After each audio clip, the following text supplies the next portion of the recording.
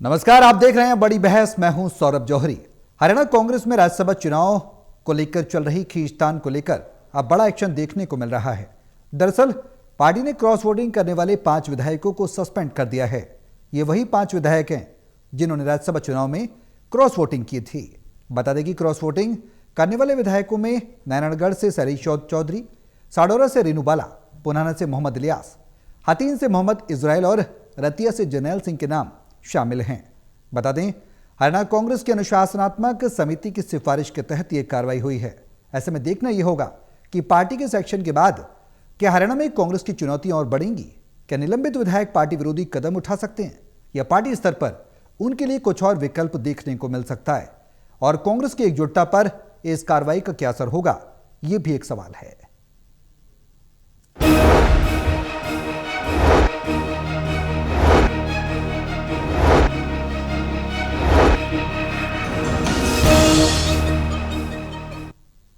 तो करेंगे आज इसी मुद्दे पर चर्चा। तमाम पैनलिस्ट हमारे साथ मौजूद हैं। उनका तारुफ मैं आपसे करा दूं। हिसार से टोटल टीवी के associate editor doctor Mahesh Kumar हमारे साथ चर्चा में जुड़े हुए हैं। पानीपत से टोटल टीवी के एसोसिएट एडिटर देवेंद्र कथुरिया हैं। वरिष्ठ पत्रकार वीरेंद्र सोनी जी हमारे साथ चर्चा में बने हुए हैं। आप सभी के साथ चर्चा आगे बढ़ाऊंगा, लेकिन उससे पहले एक रिपोर्ट देखिए, फिर करते हैं चर्चा शुरू।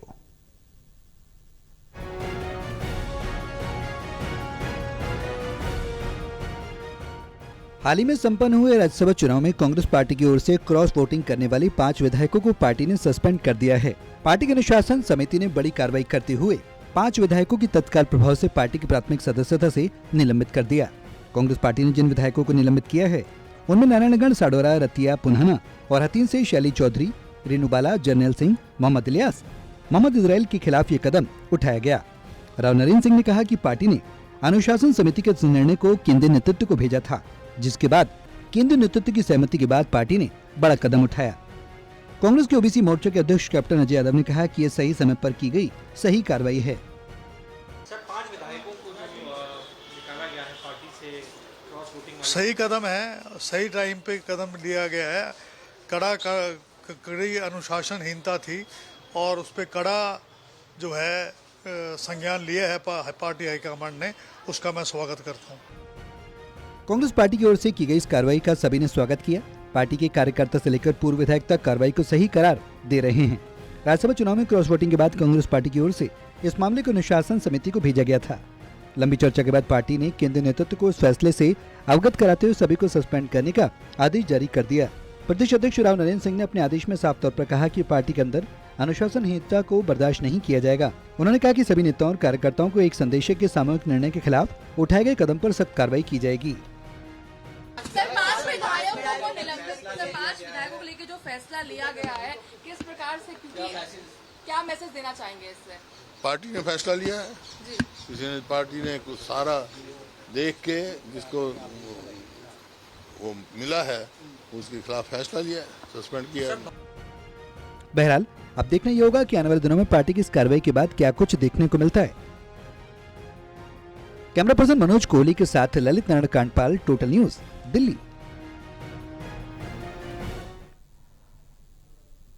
तो एक लंबे अरसे से ये सवाल उठ रहा था कि क्रॉस वोटिंग करने वाले विधायकों पर पार्टी कुछ कार्रवाई करेगी नहीं करेगी, उसके बाद समिति बनाएगी अनुशासनात्मक और उसके बाद उसकी रिपोर्ट भेजेगी। और अब फाइनली ये कार्रवाई देखने को मिल रही है कि 5 विधायकों को सस्पेंड किया गया, निलंबित किया गया। और अब इसके बाद पार्टी के अंदर क्या बगावती सुर उठेंगी, ये एक सवाल है। सवाल ये भी है कि कांग्रेस संगठन को जो एकजुट लेकर चल रही है उसके लिए एक मैसेज देने की कोशिश है पार्टी की तरफ से कि डिसिप्लिन बहुत ज़रूरी है। जैसे बीजेपी में देखने को मिलता है डिसिप्लिन, यानी कि शीर्ष नेतृत्व तो जो भी कह देता है वो मान लिया जाता है, या फिर आंतरिक रूप से जो रिपोर्ट हुड्डा ने भेजी है उसके आधार पर यह कार्रवाई हुई है, या शीर्ष नेतृत्व ने खुद संज्ञान लिया। ये तमाम अहम सवाल है जिनके जवाब हम तलाशेंगे हमारे सहयोगियों के साथ।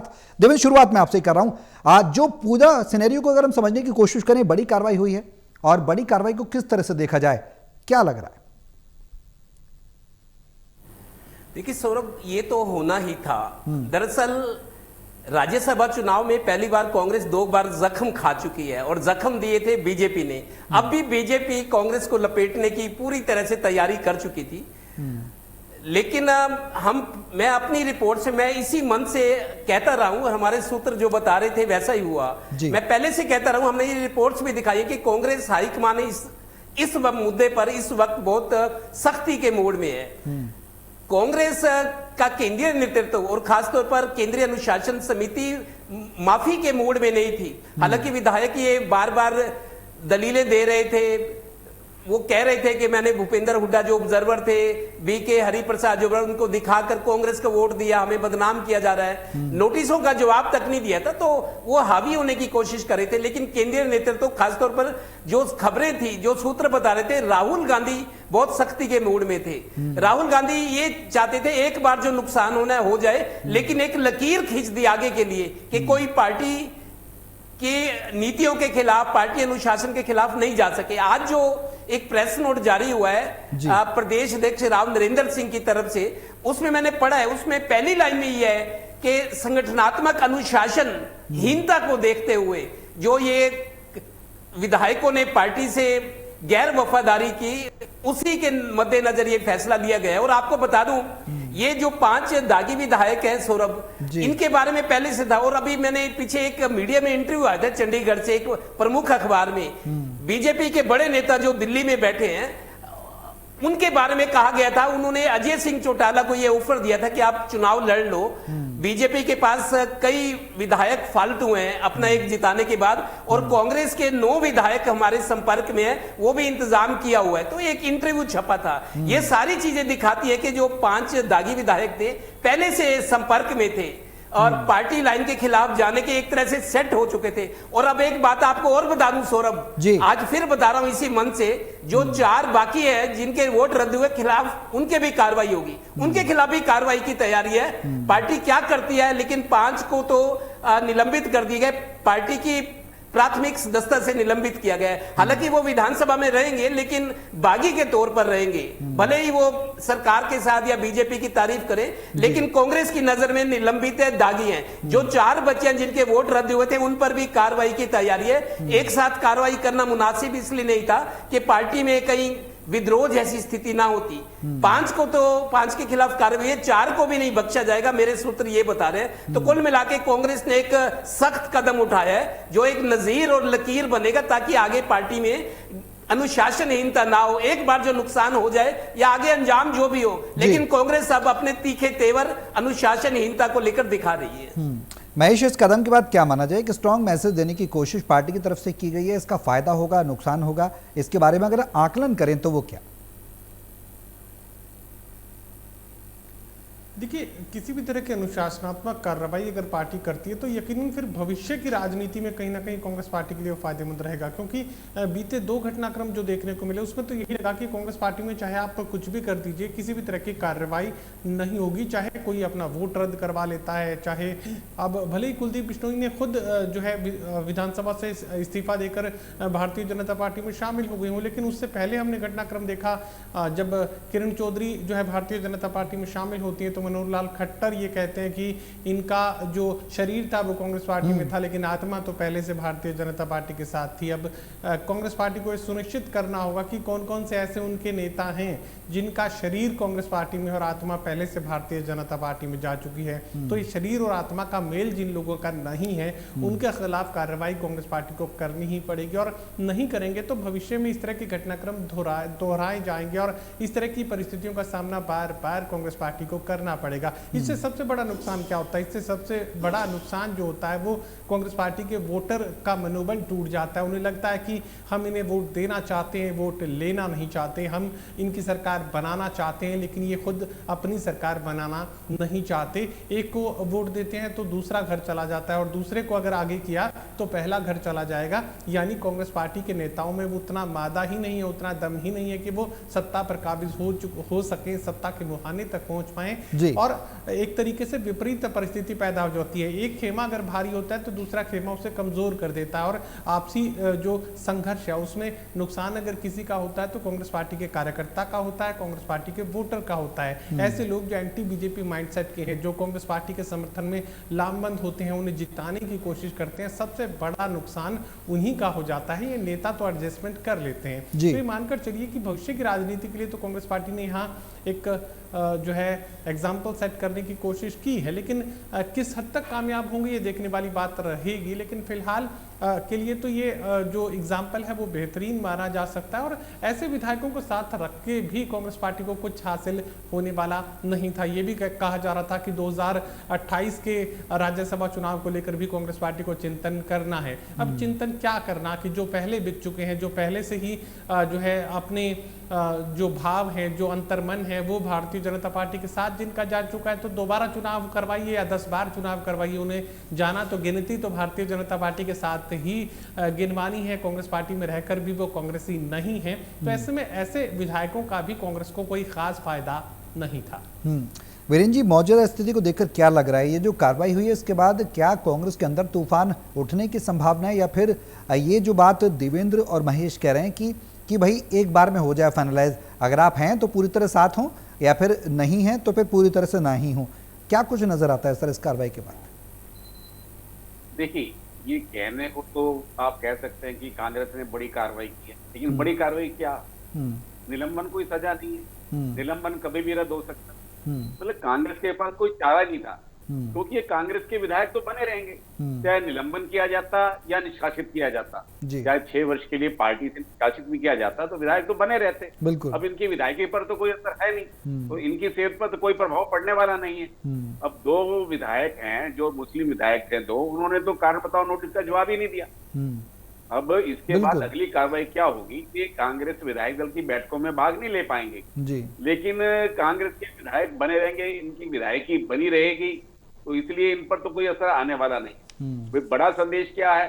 बड़ा संदेश तो यही है कि कांग्रेस जो है, अब जो पार्टी के साथ गद्दारी करते हैं उनको बख्शती नहीं है। कार्रवाई तो करनी थी, कांग्रेस की मजबूरी थी और कोई चारा भी नहीं था। बिल्कुल। कांग्रेस और क्या करती? उन्होंने तो कांग्रेस, उनको मालूम था, जब जिन्होंने क्रॉस वोटिंग की थी तो उनको मालूम था कि कुछ ना कुछ तो होगा, कांग्रेस बख्शेगी तो नहीं, कोई ना कोई तो कार्रवाई होगी, शासन की कार्रवाई होगी, उसके लिए वो पहले से तैयार थे।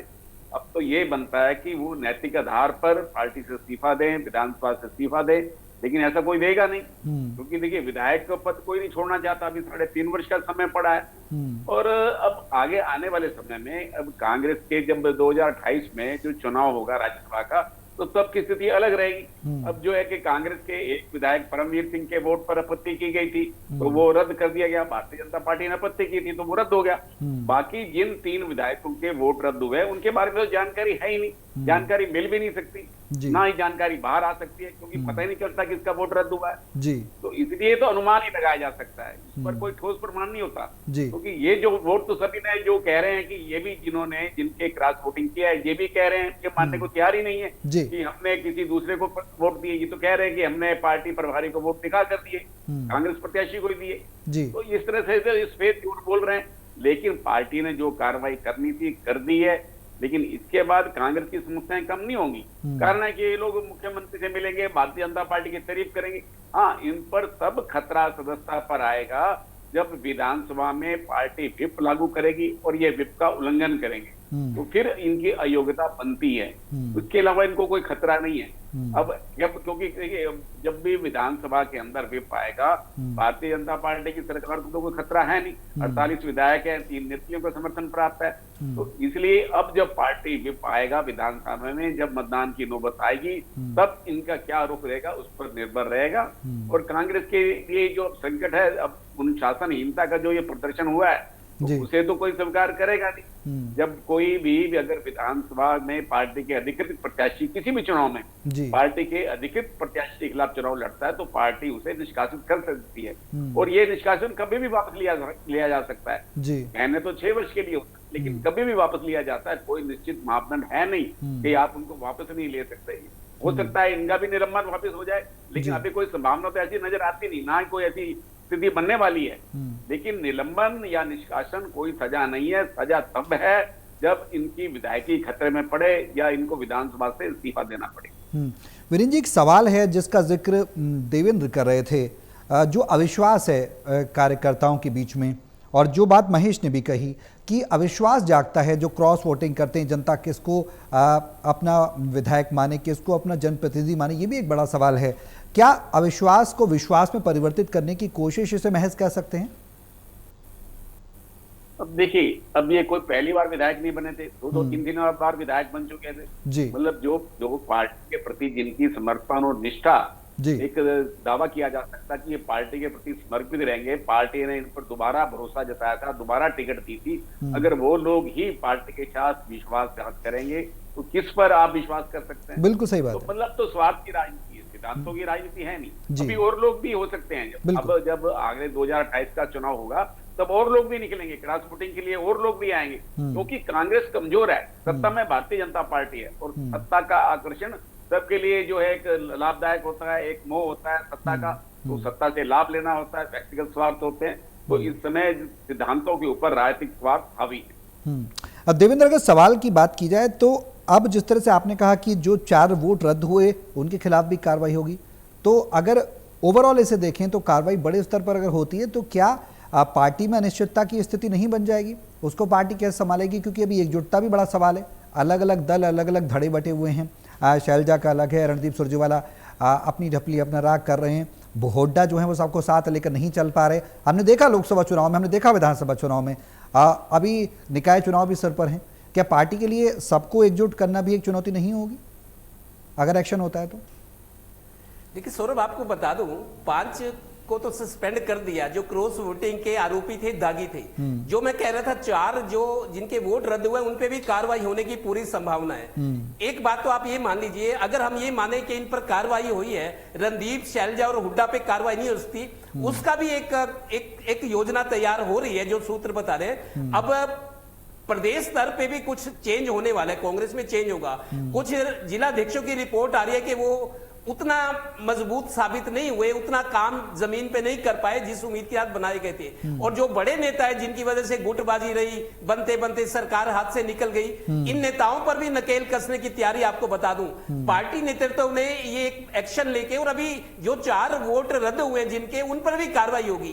तो 9 का एक साथ करना ठीक नहीं था। दूसरी बात, ये 4 और 5 जो हैं, आपको बता दूं पार्टी में हाईली प्लेस सोर्सेज बता रहे हैं जो उच्च स्तर पे है, उनका ये कहना है 9 विधायकों को टिकट तो मिलना नहीं अगले चुनाव में, आप समझ लीजिए। और जनता में इनकी बेइज्जती या जनता इन पे भरोसा नहीं करेगी कि उस पार्टी से गद्दारी की जिसने टिकट दिया, विधायक बनाया और ये वास्ता देते रहे कि हमने वोट कांग्रेस को दिया है। तो कांग्रेस संगठन में कुछ चेंजेस भी होंगे, उनमें बड़े नेता भी हो सकते हैं, आपको बता दूं। और दूसरी बात, ये कड़ा सख्त जो रवैया अपनाया है, ये मैसेज है कि कांग्रेस अब बर्दाश्त नहीं करेगी, भले ही गुटबाजी हो या बड़े नेताओं की मनमानी हो। और दूसरी बात, इन 9 के 9 विधायकों को इनको आगे टिकट मिलेगी, इसमें बहुत कम संभावना बची है। और जनता में इन लोगों की तो साख खराब हुई है, ये होने वाला है।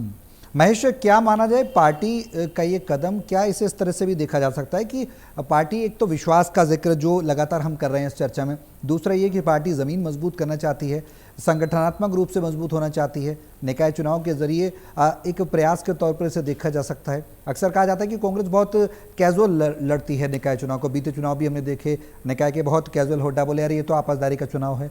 क्या इस बार उतने कैजुअलिटी नहीं नजर आएगी, उतना कैजुअल नहीं नजर आएंगे, फॉर्मल नजर आएंगे, पार्टी लाइन पे ही काम करेंगे, ऐसा कह सकते हैं? देखिए, ये तो मानकर चलिए कि कैजुअली अगर इस चुनाव को लड़ेंगे तो कैजुअलिटी निश्चित तौर पर होगी। कांग्रेस पार्टी को बड़ा नुकसान झेलना ही पड़ेगा। और नुकसान के तौर पर ये नहीं है कि कोई सीट की संभावना मैं देख पा रहा हूँ। मैं इतना देख पा रहा हूँ कि यहाँ पर कांग्रेस पार्टी उस जीटी बेल्ट पर अपनी जड़ों को मजबूत करे, जो कि अब लगातार कमजोर कड़ी कांग्रेस पार्टी के लिए बनती जा रही है। एक के बाद एक चुनाव, चाहे लोकसभा का चुनाव हो और चाहे विधानसभा का चुनाव हो, जीटी बेल्ट की बात आती है। जीटी बेल्ट का कोई भी विधानसभा क्षेत्र हो तो सीधे सीधे भारतीय जनता पार्टी में खड़ी नजर आती है। और जाट गैर जाट एक बड़ा एजेंडा है, लेकिन उसके अलावा भी अगर देखें तो कांग्रेस पार्टी ने उतनी वरीयता अपने संगठन की सृजन को लेकर जो कवायद की गई थी, जो मेहनत इन नेताओं को करनी चाहिए थी जीटी बेल्ट पर, वो नहीं की गई। और नगर निगम चुनावों की अगर बात करें तो यहाँ पर मुझे लगता है कि पार्टी के रणनीतिकार सीट तो शायद ही देख पा रहे हों, लेकिन अगर सीट नहीं भी देख पा रहे तो कम से कम इतना जरूर करें कि वोट शेयर परसेंटेज के लिहाज से मुकाबले की स्थिति नजर आए। और कहीं माइनर एज के साथ अगर भारतीय जनता पार्टी सीट जीत भी ले तो कोई बहुत बड़ा डैमेज कांग्रेस पार्टी से अपने लिए नहीं माने, कम से कम मुकाबले की स्थिति तो नजर आए। कहीं ऐसा ना हो कि एक तरफा ये पूरा इलेक्शन निकल जाए और कांग्रेस पार्टी के उम्मीदवार। ठीक है, आपकी वॉइस हम तक नहीं आ रही है। महेश, मैं लौटूंगा आपके पास। वीरेंद्र जी, अब मौजूदा स्थिति में ये कहा जा सकता है जो एक के बाद एक एक्शन लिए जा रहे हैं, जिला अध्यक्षों की नियुक्ति की बात हो या फिर नेता प्रतिपक्ष भूपेंद्र हुड्डा को बनाए जाने की बात हो, संगठन निर्माण की बात हो, राव नरेंद्र सिंह उदयभान से जो हटकर लाइन पर काम कर रहे हैं, केंद्रीय नेतृत्व के साथ कनेक्ट है राहुल गांधी के साथ, कह सकते हैं वीरेंद्र जी? जी देखिए, अब आने वाले समय में स्पष्ट स्थिति ये है कि कांग्रेस को अपनी जड़ें मजबूत करनी है। सिर्फ निकाय चुनाव नहीं देखने, उसको आगे की अपनी रणनीति बनानी है। 2029 की तैयारी करनी है। 2029 में किस तरह का स्वरूप बदलते जा रहा है, नया परिसीमन होगा, महिलाओं के लिए कितनी सीटें आरक्षित होंगी, पूरी राजनीतिक तस्वीर बदलने जा रही है। उसके लिए कांग्रेस अपने आप को कितना तैयार कर पा रही है। तो अब कांग्रेस के जितने भी जिला अध्यक्ष है तो एक ही महिला जिला अध्यक्ष है, तो कांग्रेस ने महिलाओं को तो दिया नहीं है। तो कांग्रेस तो अभी तक जो आगे आने वाले भविष्य के लिए कितना कांग्रेस अपने आप को तैयार कर पा रही है, तो कांग्रेस को अभी से सोचना होगा। अब कांग्रेस को अभी युवाओं को महत्व देना होगा, महिलाओं को महत्व देना होगा। अभी जो है कांग्रेस को परिवारवाद से निकलकर आम कार्यकर्ताओं को आगे बढ़ाना होगा। भारतीय जनता पार्टी से सीख लेनी होगी किस तरह भारतीय जनता पार्टी अपने संगठन की रचना कर रही है। तो कांग्रेस अभी अपने परिवारवाद में उलझी हुई है, कांग्रेस में गुटबाजी में उलझी हुई है। वो एक गुट दूसरे गुट को स्वीकार करने को तैयार नहीं है। तो कांग्रेस के लिए अभी समस्याएं हैं। जो कांग्रेस के प्रदेश अध्यक्ष नए बने हैं उनसे लोगों को काफी अपेक्षाएं हैं, क्योंकि नया उनका जो पुराने बुजुर्ग लोग हैं उनका मार्गदर्शन मिल रहा है, और नए अध्यक्ष है उनकी ऊर्जा जो है पार्टी के संगठन के काम में किस तरह अपने आप को खपा पाएंगे, ये आने वाला समय बताएगा। महेश, आप कुछ कह रहे थे, कंटिन्यू करें। देखिए, भारतीय जनता पार्टी के लोग ऑफ कैमरा हमेशा यही रिएक्शन देते हैं कि देखिए हम भारतीय जनता पार्टी के नेता जो है कांग्रेस को नहीं हराते हैं, कांग्रेस पार्टी के नेता ही कांग्रेस पार्टी को हरा देते हैं। तो ये मानकर चलिए जो आप जिक्र कर रहे थे जीटी बेल्ट पर जड़ें मजबूत करना, ये महत्वपूर्ण इस वक्त कांग्रेस पार्टी के लिए नगर निगम चुनावों में रहेगा, क्योंकि सबसे कमजोर कड़ी जीटी बेल्ट जो है कांग्रेस पार्टी के लिए बनती नजर आ रही है। दक्षिण हरियाणा की अगर बात की जाए तो वहां पर राव इंद्रजीत का अपना वर्चस्व है, अपने पसंदीदा उम्मीदवार लेकर आते हैं और सीटें जीतकर ले जाते हैं। लेकिन अगर बीजेपी के अपने वजूद की बात की जाए तो हरियाणा प्रदेश में सबसे ज्यादा अहमियत अगर कहीं वोटर देता है तो जीटी बेल्ट पर भारतीय जनता पार्टी को देता है। तो ऐसे में यहाँ उस जो सबसे बड़ी ऐसी रण क्षेत्र है जहां पर बीजेपी मजबूत है, वहां पर इन चुनावों को माध्यम बनाकर कांग्रेस पार्टी अपने लिए संगठनात्मक मजबूती कायम कर सकती है, चुनावी मजबूती कायम कर सकती है। कांग्रेस के लिए तो इतनी ही उपलब्धि काफी है कि मुकाबला दिलचस्प हो जाए, कांटे की टक्कर बन जाए। भले ही सीट भारतीय जनता पार्टी जीत ले, लेकिन कम से कम संगठनात्मक मजबूती जरूर इस चुनाव के जरिए कांग्रेस पार्टी हासिल कर पाए। देवेंद्र, सवाल बेहद है, मैं संक्षेप में जवाब चाहूंगा। वो सवाल ये है कि देवेंद्र, आवाज मिल रही है आपको? जी, अब सुन पा रहा हूं। हाँ देवेंद्र, सवाल यही है सीधा कि राव नरेंद्र के जो प्रदेश अध्यक्ष बनने के बाद बड़े फैसले हुए हैं पार्टी के अंदर, क्या ये कह सकते हैं जो हुड्डा को पहले फ्री हैंड मिला था वो अब नहीं है, राव नरेंद्र फ्री होकर काम कर पा रहे हैं, सीधे शीर्ष नेतृत्व से कनेक्ट हो रहे हैं? शॉर्ट में बताइएगा। देखिए सौरभ, जब राव नरेंद्र सिंह प्रदेश अध्यक्ष बने थे वो उन्होंने एक बयान दिया था बनते ही कि मैं पूरा तटस्थ होकर और अपने अधिकारों का प्रयोग करते हुए ये करूंगा। आज जो उनका प्रेस नोट आया है उसकी जो लैंग्वेज दिखाती है कि वो अनुशासनहीनता के खिलाफ हमेशा से मजबूत बयान देते रहे हैं और वो अनुशासनहीनता को बर्दाश्त नहीं करेंगे। इसलिए आज उन्हीं के जरिए हाईकमान ने सीधा नहीं, प्रदेश अध्यक्ष के जरिए प्रेस नोट मीडिया के पास आया और आगे अनुशासनहीनता बर्दाश्त होगी, ये उन्होंने सख्ती से संदेश दिया है कि किसी तरह की अनुशासनहीनता बर्दाश्त नहीं होगी, तुरंत कार्रवाई होगी। आज उन्होंने दिखा दी है। बिल्कुल, अब आने वाले समय में पार्टी की दिशा और दशा क्या रहने वाली है, पार्टी संगठनात्मक रूप से मजबूत हो पाएगी, सभी को एकजुट ला पाएगी और बीजेपी को क्या प्रदेश स्तर पर कुछ हद तक टक्कर दे पाएगी, ये देखने वाली बात होगी। फिलहाल ये कार्रवाई बड़ी है, बड़ी कार्रवाई के तौर पर देखा जा रहा है, लेकिन अब आने वाले समय में पार्टी का संगठन मजबूत करना भी एक बड़ी चुनौती है, भरोसा विश्वास जताना भी एक बड़ी चुनौती। देखना होगा कि शीर्ष नेतृत्व क्या कुछ करता है। बहुत शुक्रिया आप सभी का हमारे साथ इस चर्चा में शामिल होने के लिए। यहां पर रुक रहे हैं ब्रेक के लिए।